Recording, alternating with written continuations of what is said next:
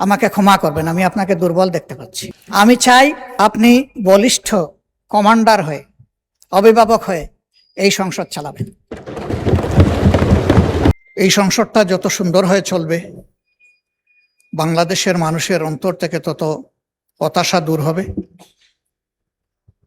আস্থা বৃদ্ধি পাবে এবং দেশ গড়ার কাজে সকলে এগিয়ে আসার অনুপ্রেরণা পাবে।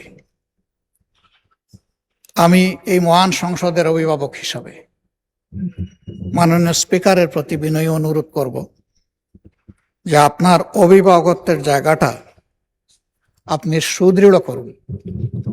আমাকে ক্ষমা করবেন, আমি আপনাকে দুর্বল দেখতে পাচ্ছি। আমি চাই আপনি বলিষ্ঠ কমান্ডার হয়ে, অভিভাবক হয়ে এই সংসদ চালাবেন।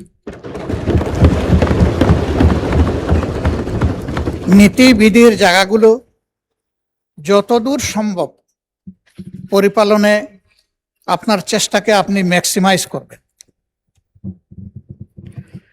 এইমাত্র অতি গুরুত্বপূর্ণ একটি বিল পাশ হলো।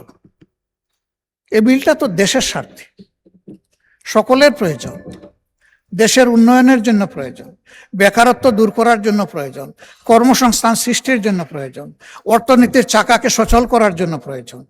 সেই বিলটা মনের মতো করে আমরা অংশগ্রহণ করতে পারলাম না বলে আমাদের আক্ষেপ থেকে গেল। আমরা তো চাই যে এইগুলাতে আমরা মনের মতো করে অংশগ্রহণ করি। আমার অনুরোধ থাকবে, ভবিষ্যতে এই লেখুনাগুলা না রেখে আমাদেরকে আমাদের দায়িত্ব পালনের সুযোগ দেবেন। যদি আমরা দায়িত্ব পালনের এই সুযোগ না পাই, তাহলে আসলে এখানে বসা এটা অর্থহীন, আমাদের সময়ের অপচয়, এবং আমরা যে সময়টুকু কথা বলবো জনগণের অর্থের অপচয়।